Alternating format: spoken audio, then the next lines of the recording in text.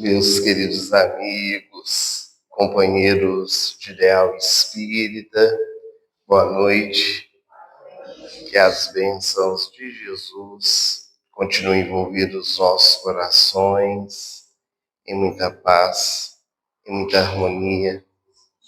Que bom nos reencontrarmos novamente aqui na casa de irmão Ciríaco, para que nessa noite nós possamos refletir em torno da mensagem do Evangelho de Jesus, à luz dessa doutrina que nos orienta, que nos consola e que nos instrui.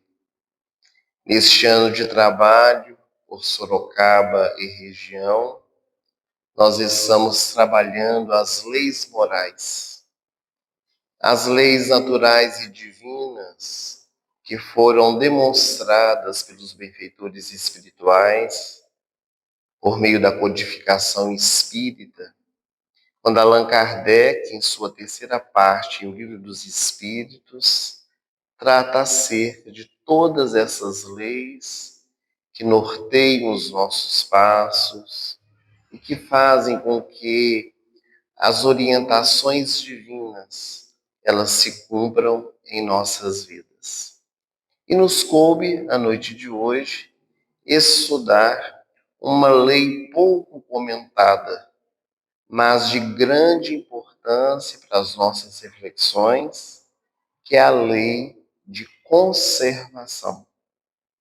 Em O Livro dos Espíritos, na questão 702, os benfeitores espirituais vão nos dizer que o instinto de conservação ele faz parte da lei natural da nossa vida. Que todos nós, de alguma maneira, apresentamos este instinto de conservação. Às vezes de maneira automática, mecânica, sem que nós possamos perceber, ou às vezes de maneira racional, meditando, refletindo sobre aquela atitude que nós vamos tomar, buscando preservar a nossa vida. Está tão presente a lei de conservação no nosso cotidiano que, às vezes, numa simples brincadeira, em que uma criança tenta enfiar o dedo no nosso olho, nós logo retiramos a face, fechamos os olhos, colocamos a mão para impedir. Isto é conservação. Buscar preservar o nosso corpo físico, a nossa indumentária carnal, numa situação tão corriqueira do nosso dia a dia. Quando uma pessoa está vindo com uma panela muito quente, o que nós fazemos? Nos afastamos para não correr o risco de sermos queimados. Ou se a panela está muito pesada, nós tentamos ajudar a pessoa a carregá-la. Então são situações tão pequeninas na nossa vida que às vezes nós não nos damos conta que a lei divina ela se apresenta de forma a conservar a nossa existência física. Outras experiências, elas se dão de maneira mais racional. Por exemplo, se alguém nos falar para pular de um edifício de 5, 6, 7 andares, nós não vamos fazê-lo. Porque sabemos que se pularmos, podemos perder a nossa vida física ou nos machucar bastante. Se nós estamos na nossa residência e precisamos sair pela madrugada nas ruas de nossa cidade, nós vamos ter precaução, sabendo que é mais perigoso, que as ruas estão mais vazias, que pode acontecer algo. E isso também é a preservação da nossa vida física. A conservação da permanência do espírito encarnado aqui na Terra já que a nossa existência física, ela é o recurso divino para o nosso aprimoramento e o nosso crescimento espiritual. Por isso, em O Evangelho segundo o Espiritismo, nós vamos encontrar um capítulo onde o Espírito de verdade vai trabalhar sobre o cuidado com o corpo e com o espírito. É necessário nós cuidarmos a nossa veste, a nossa indumentária carnal, porque o nosso espírito faz morada nela. E é preciso nós preservarmos da melhor forma possível, tendo uma boa alimentação, praticando esportes, fazendo lazer, o repouso. Todos esses são recursos que fazem com que a nossa vida ela seja mais saudável. Aos animais irracionais, Deus deu instinto. A nós, seres humanos, Deus deu o raciocínio, a inteligência, para que nós possamos refletir. Todos nós que aqui nos encontramos nessa noite, devemos nos recordar ou não da época da escola fundamental, quando nós estudamos biologia. E na ciência que estuda os seres vivos, nós aprendemos diversos mecanismos que a natureza tem para conservar a existência física. Em todos os reinos onde existe vida, há os mecanismos de conservação. Nós já ouvimos falar do mimetismo, que é um fenômeno que ocorre com alguns animais ou plantas, em que eles imitam cores, tamanho, formato de outros seres vivos para poder preservar a sua vida. O mimetismo é muito confundido com a camuflagem. Parece ser a mesma coisa, mas não é. A camuflagem é quando ocorre um determinado fenômeno em que o ser vivo se confunde com o meio em que ele se encontra, modificando a sua cor. O mimetismo não. É uma grande transformação em que aquele inseto, aquele animal, aquela planta, ela parece ser o que não é. E isso é um instinto de preservação. Porque no mimetismo, por exemplo, existe o mimetismo defensivo, que é alvo os predadores, em que a defesa do organismo vivo é parecer algo que seja muito perigoso. Então, quando o predador olha, não ataca, porque acha que é mais perigoso do que ele. E então, aquele inseto, aquela planta, ela sobrevive ao ataque do seu predador. Existe também o contrário, mimetismo agressivo, em que o predador, ele parece ser algo inofensivo. E então, a presa se aproxima e o predador ataca, porque está ali também a sua preservação da vida, o alimento que precisa ter para sobreviver. A sapiência de Deus está presente na natureza. Nestes seres, a natureza que está ao nosso derredor, que precisa preservar e conservar a sua vida. A cadeia alimentar é um processo extraordinário, em que os animais maiores se alimentam dos menores. O cio, que é o movimento da reprodução, para que os animais se reproduzam na época certa, praticando o sexo. Tudo isso são mecanismos de conservação, de preservação da vida, que estão sob as mãos de Deus. Nós, os seres humanos, temos a capacidade do raciocínio e devemos então trabalhar, nos esforçar para poder preservar a nossa vida. Mas muitos de nós, homens e mulheres, somos mais instintivos do que racionais. Porque nesse processo da nossa preservação da vida, muitas vezes somos agressivos, violentos, passamos aos excessos, às extremidades. Os animais, eles atacam quando se sentem coagidos e quando estão com fome. Nós, homens, não. Atacamos por qualquer motivo. Perdemos o nosso equilíbrio e estamos sempre ferindo e magoando as pessoas que estão ao nosso derredor.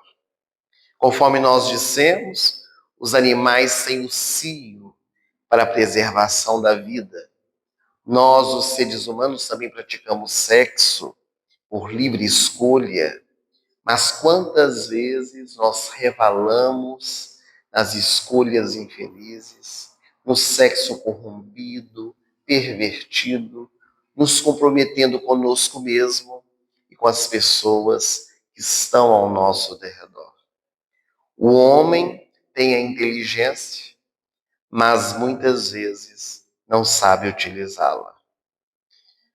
Quando na história bíblica, o mito de Adão e Eva, nós encontramos o livro Gênesis, a criação, que foi um mecanismo que Moisés encontrou para poder nos falar acerca dessa formação do nosso planeta. Conta-nos o profeta que quando Deus criou o mundo e criou o homem e a mulher, entregou o planeta para que o homem e a mulher pudessem usufruir de tudo que existia para a sua própria conservação, para a sua sobrevivência. Então, desde os tempos primitivos, desde as histórias que falam a respeito da criação do nosso planeta, a lei de conservação, de alguma forma, nos foi apresentada, mesmo que fosse por meio dos mitos. Mas o livro dos Espíritos, os benfeitores espirituais nos falam algo que nos chama bastante atenção. Na questão 704 dessa obra basilar, os imortais nos ensinam que nós sofremos na Terra porque sempre estamos em busca do supérfluo e não percebemos aquilo que realmente é necessário. Se nós tivéssemos o foco na nossa vida, naquilo que realmente é necessário para a nossa sobrevivência, para a preservação da nossa vida, nós seríamos muito mais felizes. É óbvio que nós devemos ter sonhos, ter ideais, lutar para amealhar também coisas materiais, que nós estamos no mundo, o dinheiro está no mundo e movimenta-o, mas todas as vezes que nós vamos aos excessos, todas as vezes que nós estamos em busca de coisa nenhuma, sempre insatisfeitos com aquilo que temos, ficamos frustrados, ficamos infelizes e vamos sofrendo por aquilo que não é essencial. Na boca do Pequeno Príncipe, Antoine Saint-Exupéry colocou uma frase bastante conhecida na nossa sociedade. O essencial é invisível aos nossos olhos. Então é importante nós refletirmos o que é realmente necessário. Porque às vezes nós criamos necessidades que não existem. E como às vezes nós não conseguimos almejar ou conseguir essas necessidades que nós criamos, ficamos profundamente infelizes, gerando tantos transtornos na nossa vida. Quando Jesus convocou os seus apóstolos para que eles pudessem seguir os seus passos, ele fez um discurso que se chamou Discurso Apostólico. E nesse discurso, com diversas orientações, Jesus disse: não levai convosco nem ouro, nem prata, nem bronze. Levai o necessário para o caminho. Nem duas túnicas, nem dois alforjes. Era um mestre naquela época, já nos convocando a refletir sobre as nossas necessidades. O que realmente é necessário para nós preservarmos a nossa vida. Bem mais tarde, o mundo ficou atordoado com uma pequenina grande alma que viajava o mundo inteiro para ajudar pessoas necessitadas. Madre Teresa de Calcutá era a pequenina grande freira que viajou diversos países, que fundou diversas instituições que existem até hoje, e por várias vezes os aeroportos internacionais paravam quando Madre Teresa chegava junto com as missionárias da caridade. Paravam não apenas para ver a mulher que era conhecida no mundo, mas principalmente atordoados com a bagagem que as missionárias da caridade traziam. Somente levavam o necessário. Na bagagem era uma bacia, uma toalha, um sari branco, debruado de azul, para que pudesse trocar o que elas estavam usando, objetos íntimos e de asseio pessoal, sendo um sabonete, uma escova de dente. E somente isso. Mais nada. Essa era a bagagem que elas levavam para qualquer lugar do mundo que fossem. Logicamente que hoje nós temos algumas outras necessidades. Hoje nós vamos fazer uma viagem, vamos ficar mais dias, a proposta é diferenciada, às vezes é um passeio, às vezes estamos a trabalho, os compromissos exigem, às vezes, alguns tipos de vestimentas pelas convenções sociais, e acabamos por ter que fazer uma bagagem, às vezes, maior. O que nós queremos dizer é que, para a nossa vida, para cada um de nós individualmente, o que realmente é necessário. Para que assim nós possamos focar nos propósitos da nossa vida e não nos perdermos em busca de coisas que não são essenciais. Mas Kardec, ele é um excelente questionador. Ele sempre quer entender um pouco mais. E ele não tem medo de perguntar aos espíritos. Ele quer compreender a lei com profundidade. Então, ele diz que muitas vezes a própria terra, ela não produz aquilo que é necessário para matar a fome dos bilhões de pessoas que vivem no planeta. Se a espiritualidade está nos chamando a atenção, que nós devemos focar naquilo que é necessário, que o necessário está em nossas mãos, Kardec duvida. E na questão 705, ele fala que muitas vezes a Terra, ela não produz o necessário para matar a fome de todos aqueles que passam por necessidades. E a espiritualidade muito amorosa diz ao nosso codificador e a todos nós que o nosso planeta é uma mãe amorosa que oferece todos os recursos que nós precisamos para a nossa sobrevivência. Que muitos morrem à fome. E como morrem? Mas porque ainda nós, os homens, não compreendemos que devemos nos auxiliar mutuamente. Se hoje a fome ainda existe no nosso planeta, é porque existem aqueles de nós que possuímos muito e não sabemos compartilhar com quem nada possui.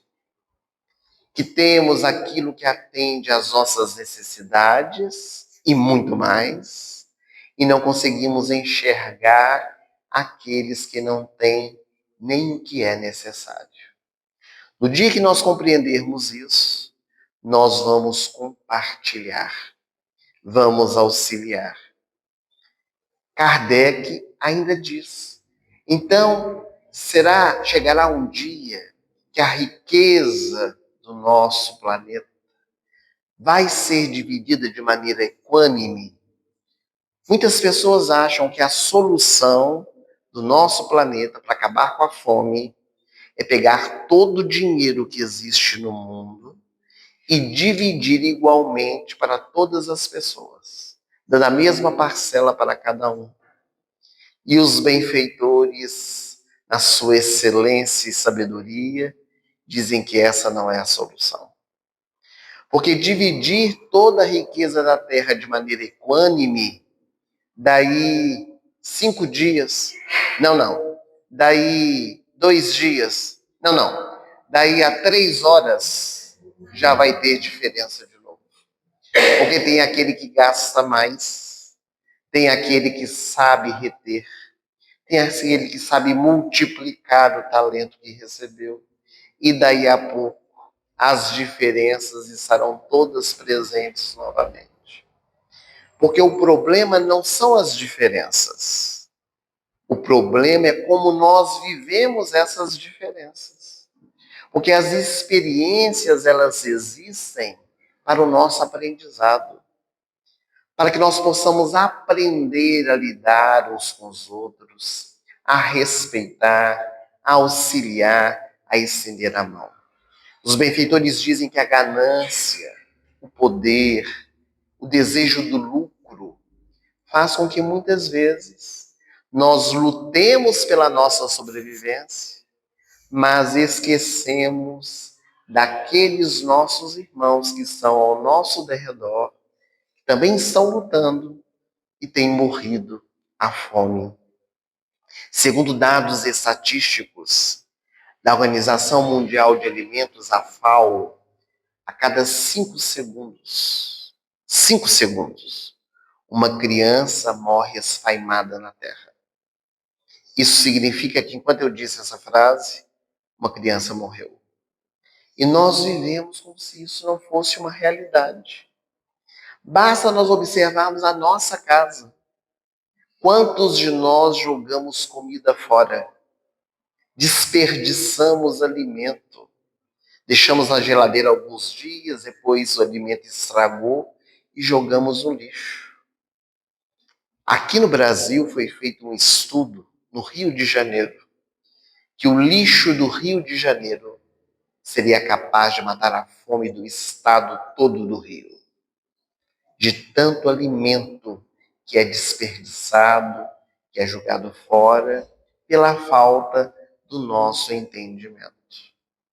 Kardec também questiona os benfeitores na pergunta de 707 de O Livro dos Espíritos, quanto àquelas pessoas que já nascem passando por necessidades. Elas chegam no mundo sem ter meios de subsistência.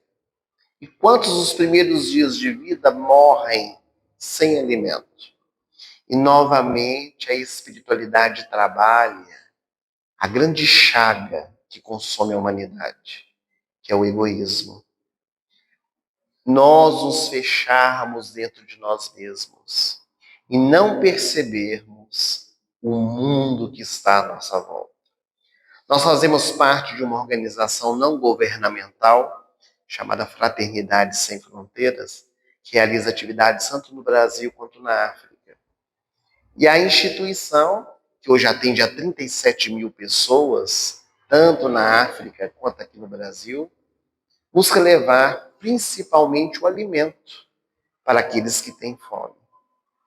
E não foi raras as vezes em que, divulgando a Fraternidade Sem Fronteiras, nas nossas palestras, no movimento espírita, pessoas vêm nos perguntando assim: mas para que ir para outro lado do oceano, se aqui no Brasil tem tanta miséria, tem tanta dor?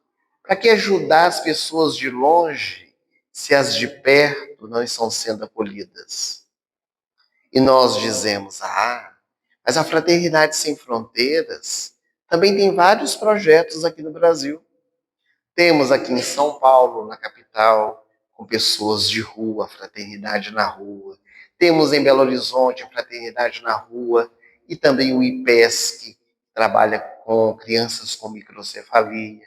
Temos na Paraíba também o projeto com a microcefalia. Temos na Bahia, no sertão nordestino, os retratos da esperança, cuidando de pessoas sem casas. Você pode ajudar com certeza aqui no Brasil. A pessoa diz: eu vou ver, até logo. Então é apenas criticar, mas fazer somos poucos. Somos aqueles que estendemos a mão, aqueles que queremos realmente fazer a diferença onde nós somos chamados. Então, a espiritualidade, ao tratar da lei de conservação, nos convida a meditar sobre a nossa vida e a enxergar o mundo à nossa volta, nas oportunidades que batem à nossa porta, para que de alguma forma nós possamos também estender a mão, auxiliar aqueles que não têm condições ou que não possuem o mínimo para a sua subsistência, para a sua sobrevivência aqui na Terra.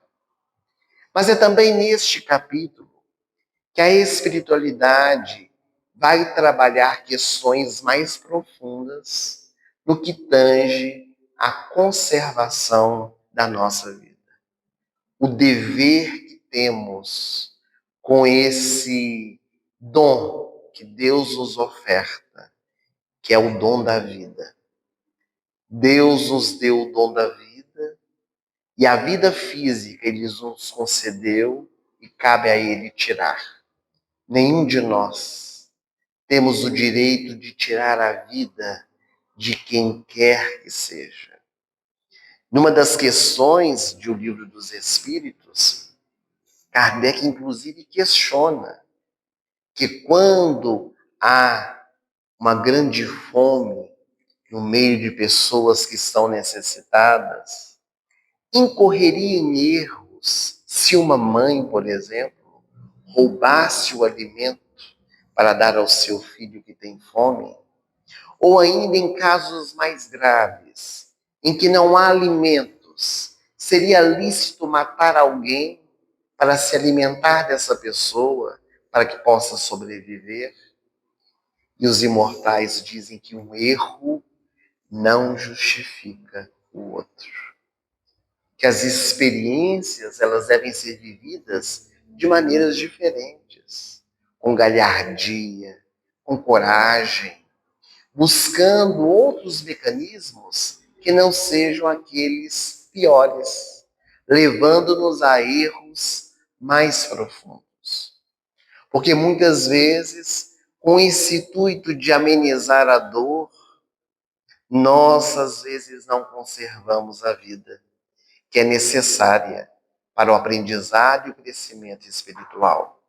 Desde o ano de 1994, a Federação Brasileira Espírita Brasileira lançou uma campanha que fala sobre a preservação da vida, em defesa da vida, com 4 pilares básicos a respeito do suicídio, da pena de morte, da eutanásia e também do aborto, que são assuntos tão delicados dentro do movimento religioso, dentro do movimento espírita, e que fala diretamente a respeito da conservação, da preservação da vida.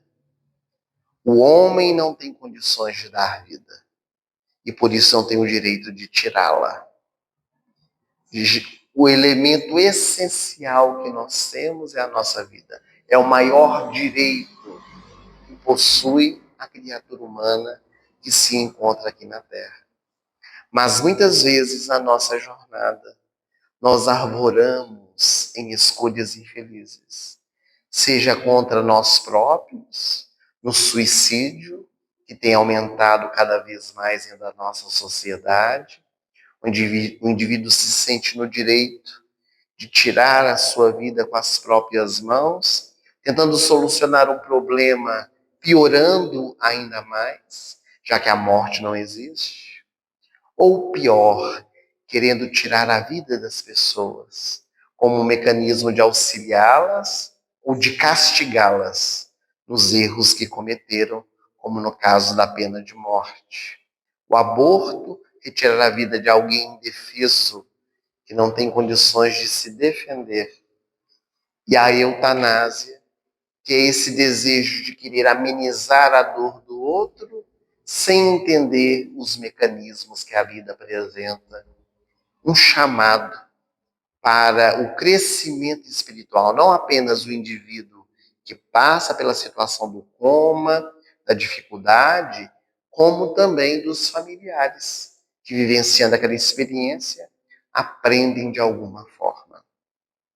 Na noite de hoje, quando nós somos convocados a refletir sobre essa temática da lei de conservação, onde a espiritualidade diz que todos os propósitos de conservação da nossa vida estão na nossa consciência, basta nós meditarmos sobre as propostas que são apresentadas na nossa vida, nós ficamos pensando numa história que pudesse elucidar a proposta de análise dessa noite.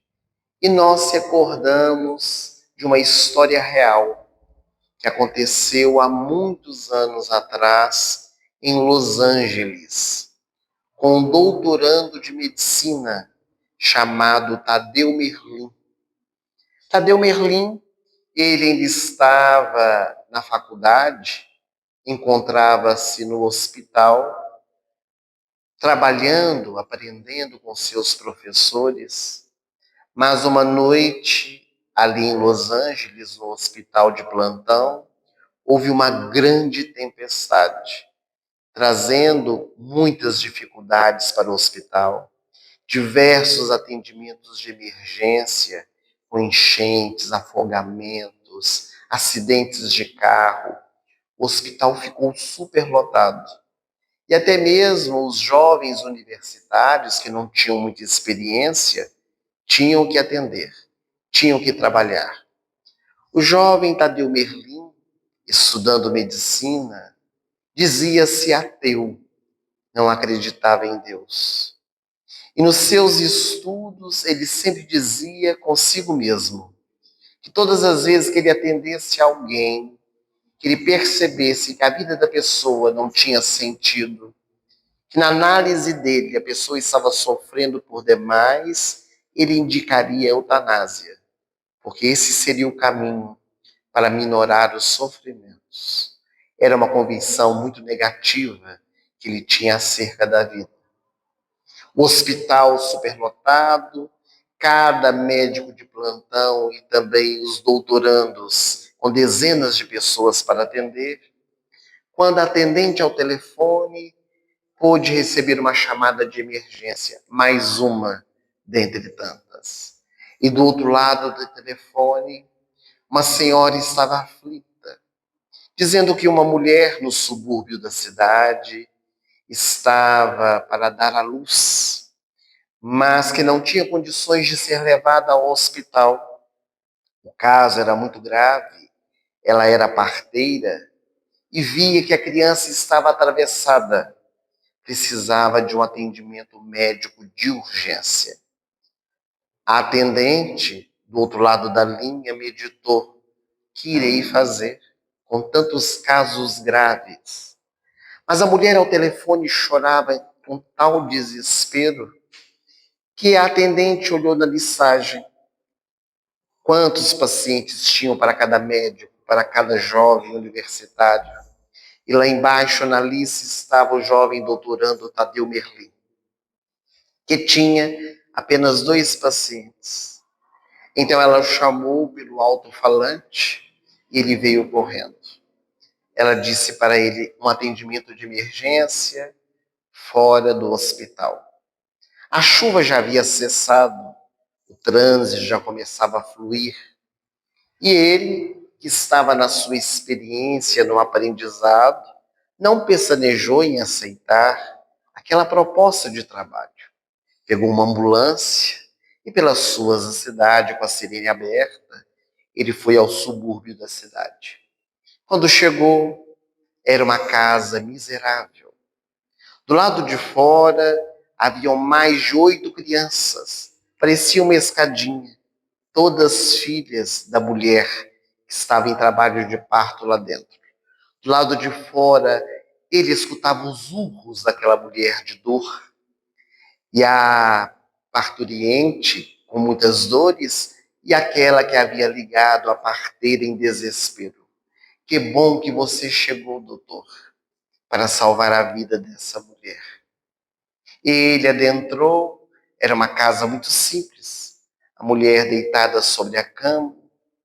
Ele fez o toque, percebeu que realmente a criança estava atravessada. Seria impossível fazer o parto. Mas também não tinha condições de levá-la de volta para o hospital, talvez não sobreviveria. Então ele ficou meditando, de acordo com o que havia estudado, o que poderia fazer. Subiu sobre ela e começou a fazer as massagens necessárias para que a criança pudesse entrar na posição. Ela tinha dores terríveis.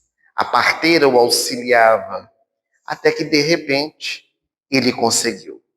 Conseguiu colocar a criança na posição para o nascimento por parto normal. E ele ficou muito feliz. Era uma grande conquista. Mas a parteira que estava com ele estava muito aflita. Estava deixando ele mais aflito ainda. Ela não sabia que ele era um doutorando. Era a primeira experiência sem os seus professores. Então ele pediu para ela: saia e me deixe sozinho. Eu prefiro atendê-la sozinho. Então a parteira cumpriu com o pedido, a ordem do médico, saiu e ele ficou sozinha com a parturiente. Começou a fazer todo o processo para a chegada do pequenino. Não demorou muito para que se escutasse o choro da criança. Nasceu. Era o seu primeiro parto. Quando a criança nasceu, a mulher desmaiou. E ele, aparando a criança nos braços, estava muito feliz com o trabalho que havia realizado. Então seccionou o cordão umbilical, tirou a placenta, colocou a criança numa mesinha que estava ali do lado, com um pano jogado, que naturalmente a parteira deveria ter colocado. E ele então pegou a fita métrica para tirar as medidas. E quando ele foi tirar as medidas, foi tomado de pavor. Porque quando ele olhou, os pés da criança eram virados para trás. A criança tinha defeitos congênitos. Ele olhou para aquela cena. A mãe estava desmaiada. E ele disse: tanto trabalho para nada. Colocar no mundo um rengo, um paralítico, servirá de chacota para as crianças quando ele for andar. É melhor acabar logo com isso. Posso dizer, estou sozinho, que a criança morreu logo depois do parto. Ninguém vai saber. A mãe desmaiada, a parteira lá fora, envolvida com as crianças, porque ela não entrou quando a criança chorou. E agora a criança já havia parado de chorar. Então ele tinha desculpas de sobra para poder oferecer. E não pestanejou.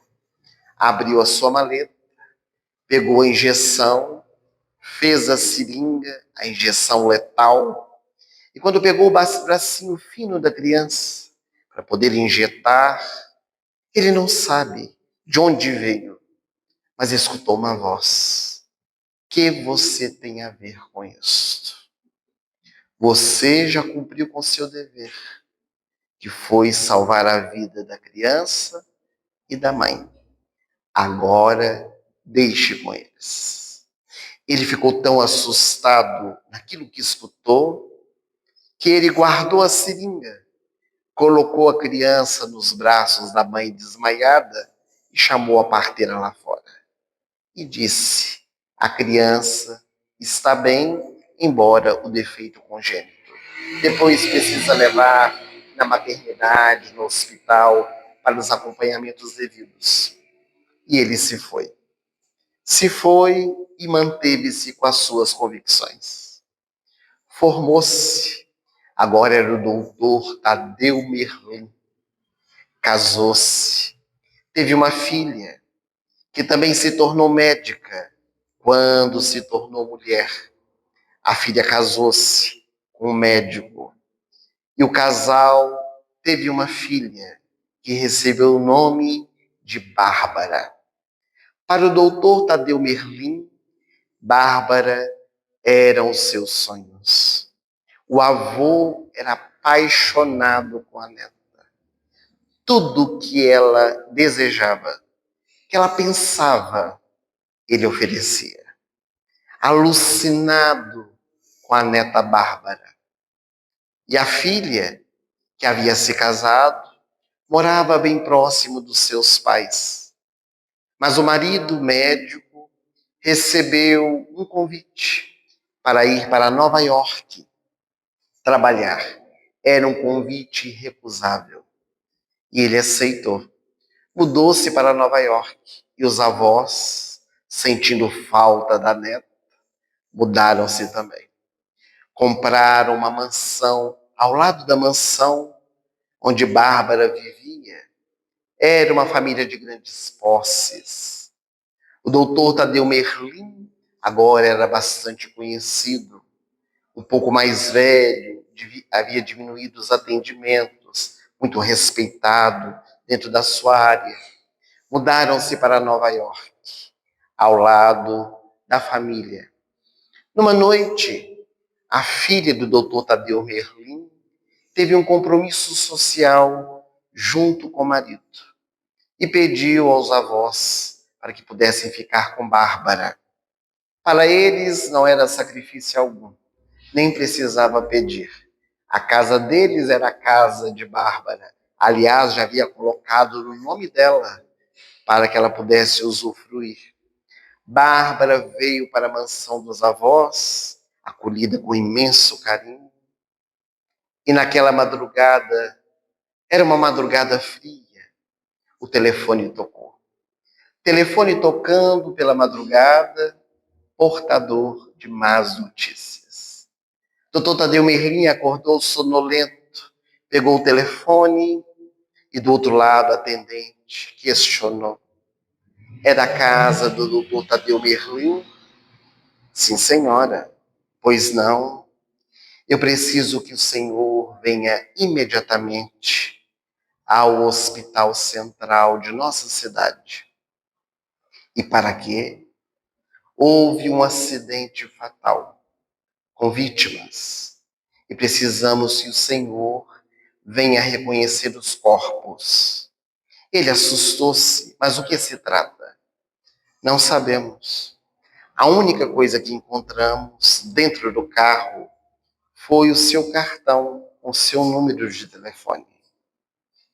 O carro bateu em uma montanha, explodiu e os corpos estão carbonizados. O Senhor poderia vir nos auxiliar? O coração do doutor Tadeu Merlin já pulsava. Logo, logo, pensou na sua filha e no seu genro. Acordou a esposa, disse que ia ao hospital, não contou a ela o que era. Pegou o carro, foi ao hospital e quando chegou no necrotério e as gavetas se abriram, ele teve o coração intercortado pela dor. Era a sua filha e o seu genro. Eles haviam morrido carbonizados. Uma nuvem escura caiu sobre aquela família. Que dizer para a neta Bárbara, 4 anos de idade? Que dizer a ela sobre os seus pais? O que Tadeu Merlin dizia, ele que era ateu, era que os pais haviam virado estrelinha e que um dia eles iriam voltar. Que agora Bárbara moraria com seus avós. Ela gostava muito dos avós. Claro que sentiu falta dos pais, mas com o tempo a criança vai se acostumando com tudo. E agora a Bárbara iria completar no ano seguinte 5 anos de idade. Para compensar a ausência dos pais, Dr. Tadeu Merlin resolveu fazer uma grande festa, a festa dos sonhos de Bárbara. Reuniu no jardim da casa todos os amiguinhos da neta que vieram da escola, os pais, familiares, uma festa de arromba.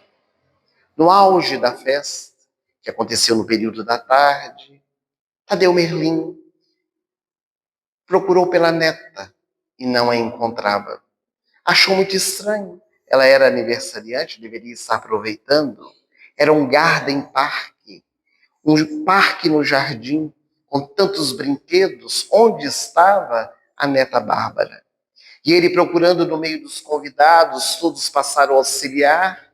Doutor Tadeu Merlin achou Bárbara debaixo de um caramanchão, ali mesmo no jardim. A menina estava esbranquiçada, ela chorava muito. Quando ele pegou a neta no colo, percebeu que ela ardia em febre.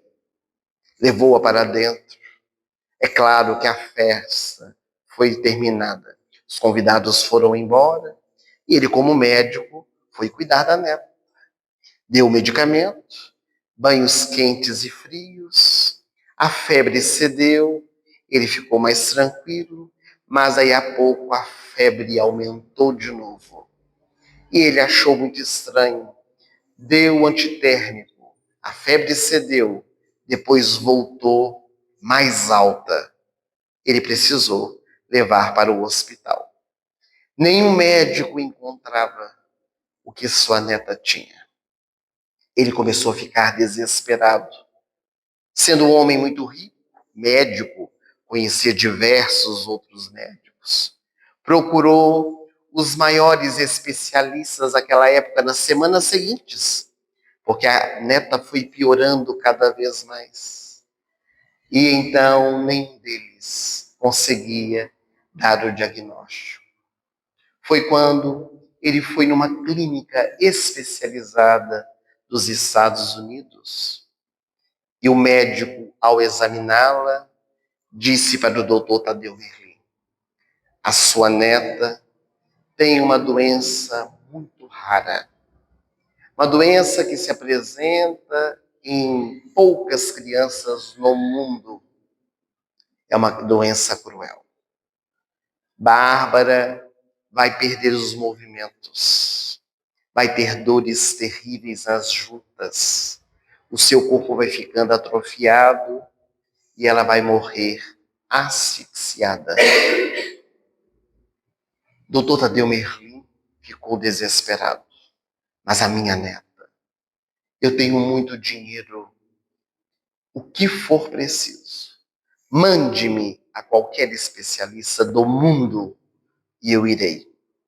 O médico disse: não há estudos a respeito da enfermidade, não há quem possa auxiliar. Mas eu preciso fazer alguma coisa. O médico que atendia o doutor Tadeu Merlin lhe disse: você quer um conselho? Eu quero. Se fosse a minha neta, eu praticaria eutanásia. Porque eu nunca suportaria ver a minha neta sofrer o que Bárbara vai sofrer. Tadeu Merlin, que era a favor da eutanásia, arregalou os olhos e disse: eutanásia para minha neta? Jamais. Vou procurar todos os recursos para preservar e conservar a vida dela. Vou procurar. Me indique alguém. Não havia ninguém. Doutor Dario Melim foi para casa, contou à sua esposa, os dois sofreram por demais. E ele começou a fazer as suas pesquisas, como médico que era, e encontrou uma clínica na Alemanha, as clínicas Mayo, que era um renomado especialista, que tratava de doenças raras. Ele viajou com a sua neta, embora as dificuldades que ela já estava sofrendo. Naquela época, as viagens internacionais eram muito mais difíceis, como hoje, mas foi para a Alemanha. Na Alemanha, chegou na clínica, Dr. Maio pessoalmente atendeu, fez todos os exames necessários, disse que era uma doença rara, que não havia tratamento e que ele não podia auxiliar. O que o senhor me indica? Perguntou Tadeu Merlin. Se fosse a minha neta, eu praticaria eutanásia. Eutanásia na minha neta? Nunca. Eu quero preservar e conservar a vida dela. O senhor me indique alguém. Deve existir algum médico que possa ajudar a minha filha, a minha neta? E Dr. Maio disse, não conheço ninguém. Tenho escutado falar de um médico que vive num país latino. Ele está sendo muito criticado, porque diz que o seu hospital parece a casa dos milagres, de tantas pessoas necessitadas que para lá correm. Porque, então, que não tenta, era alguma coisa. Resolveu o doutor Tadeu Merlin viajar para o tal país latino para procurar o médico que atendia aos necessitados. Quando ele chegou com a neta Bárbara, que nessas viagens foi piorando ainda mais, ele chegou na recepção e arrependeu-se. Porque quando ele viu aquelas pessoas que traziam problemáticas, cada uma pior do que as outras, ele disse, meu Deus, o que eu estou fazendo aqui com a minha neta? A atendente era deficiente físico. Ele disse, isso aqui não pode ser verdade. Mas já que estou aqui, vou consultar, levar a minha neta. E então ele foi chamado. Chegou a sua vez, depois de horas de espera. Ele não estava acostumado a esperar. Quando foi convidado a entrar no consultório, o médico, muito jovem, estava sentado e assentado ficou. A deficiente, que era a secretária, ficou dentro da sala, empurrou a mesa com rodinha, trouxe até a presença do médico que estava sentado, e então o médico disse, coloque, por favor, a menina deitada sobre a maca. E ele, assentado, começou a examinar a menina. Doutor Tadeu Merlin disse, colega, eu sou seu colega de trabalho. Tenho aqui todos os exames, quero lhe falar da problemática da minha neta. Não gosto de diagnósticos. Gosto de tirar as minhas próprias conclusões. Deixe eu examinar. E ele começou a tocar em Bárbara, nas juntas. Ela gritava de dor. Ela estava muito quente por causa da febre. E o médico disse para o doutor Tadeu Merlin, o diagnóstico é uma doença muito rara. Eu tenho tentado estudá-la, mas são raríssimos os casos. Até hoje apareceu um para mim. Ainda não tenho solução. Mas estamos fazendo alguns testes. Se o senhor desejar, podemos submeter a sua neta. Ele não tinha nenhuma esperança. O que tinha a perder se não ganhar?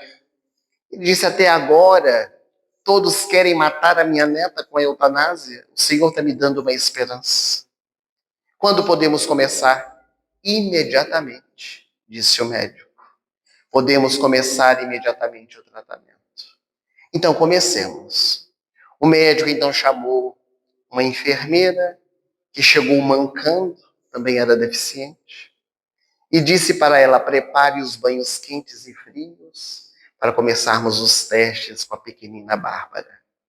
A menina foi levada para ser preparada. Doutor Tadeu Merlin ficou no consultório com o médico. Quando a enfermeira abriu a porta e disse: doutor, a menina já está pronta. Ele então empurrou a sua mesa, que tinha rodinhas, levantou-se, e quando ele foi andar, doutor Tadeu Merlin foi tomado de espanto. Porque os pés do médico eram voltados para trás, e ele andava rastejando.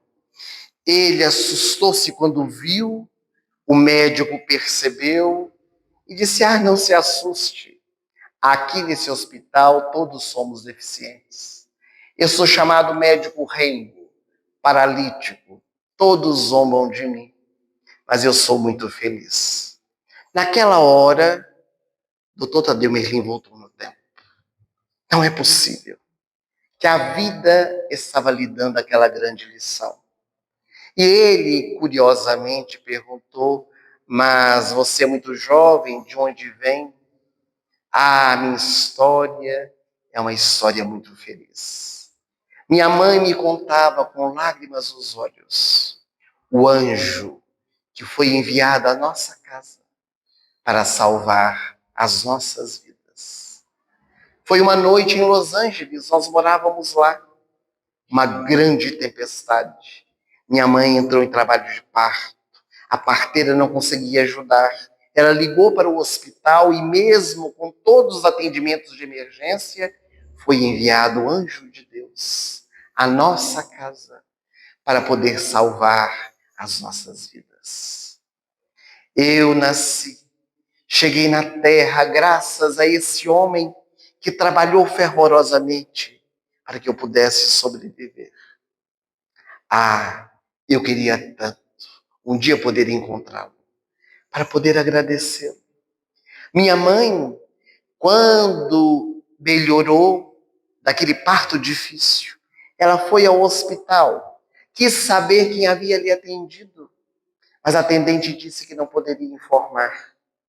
Era sigilo do hospital, ela achou muito estranho. Mas ela foi pesquisando, e então, quando ela descobriu o nome do anjo de Deus que esteve na minha casa, ela colocou meu nome em homenagem a ele. Eu me chamo Tadeu Merlin Miller. Doutor Tadeu Merlin caiu um pranto convulsivo. Abraçou com ternura, não teve coragem de contar que era ele, ou a hombridade de não dizer. O fato é que doutor Tadeu Merlin Miller, o médico rengo e paralítico, salvou a neta do doutor Tadeu Merlin. Descobriu o mecanismo que fez com que ela sobrevivesse, preservando a sua vida. Que nós possamos meditar sobre as propostas da nossa vida, preservando e conservando-a para que sejamos realmente felizes. Queríamos agradecer a presença, o carinho de todos vocês aqui nessa noite, junto conosco.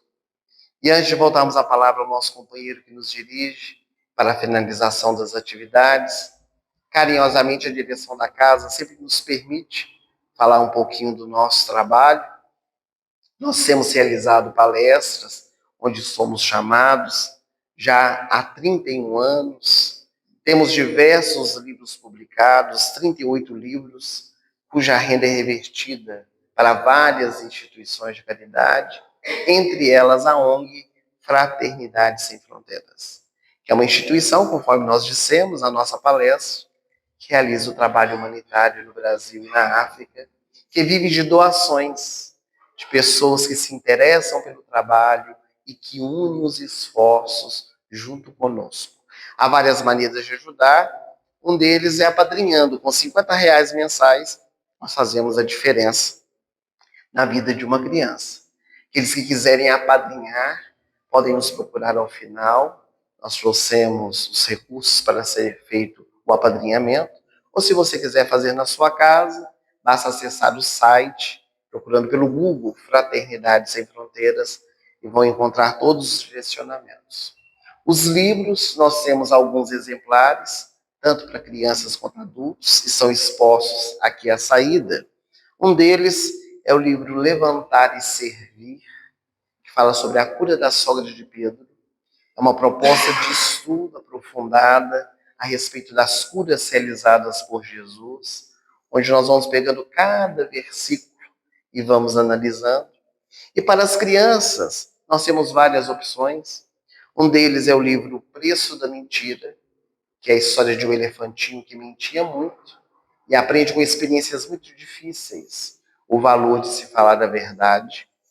Nós temos a ovelha desobediente, que fala a respeito da parábola contada por Jesus, numa linguagem infantil, para que a criança possa compreender, da ovelha desgarrada, a ovelha desobediente. Temos também Qual é o Seu Talento, que fala sobre a parábola dos talentos, também numa linguagem infantil. E temos A Beleza da Diferença, que fala sobre preconceitos. É a história de uma girafinha albina que sofre preconceito, discriminação dentro da sua manada. E uma experiência leva a mostrar o seu valor para todas as demais girafas. Nós temos também pendrives, um deles com palestras nossas. Esse pendrive na maletinha dourada são as palestras das leis morais. A palestra de hoje, ela está aqui nesse pendrive, como todas as outras que nós estamos fazendo nas demais casas espíritas. Temos outros 2 pendrives de música, que não é com a nossa voz, que aí vocês não iriam querer adquirir, mas é com a cantora Aline Charrad, que é uma cantora aqui de Biúna, do estado de São Paulo. Ela já esteve aqui, inclusive, no Irmão Seria, não pôde nos acompanhar esse ano, mas ela tem um pendrive, esse de organza preto, que são músicas populares e religiosas, e de organza branco, que são sobre as curas de Jesus. 82 canções inéditas, falando a respeito das curas realizadas pelo Mestre. A arrecadação da venda dos pendrives também vai para as instituições de caridade. Então, muito obrigado mais uma vez pela atenção de vocês. Espero reencontrá-los nesses dias de trabalho aqui por Sorocaba. Amanhã nós vamos estar em Votorantim, é bem próximo aqui, no Fonte de Luz. É às 20 horas, Ari, às 20 horas da manhã, com uma outra lei das leis morais, e vamos prosseguir aqui na região até quarta que vem, nas cidades vizinhas e aqui em Sorocaba. A nossa gratidão. Muito obrigado, uma boa noite. Espero em breve podermos nos reencontrar.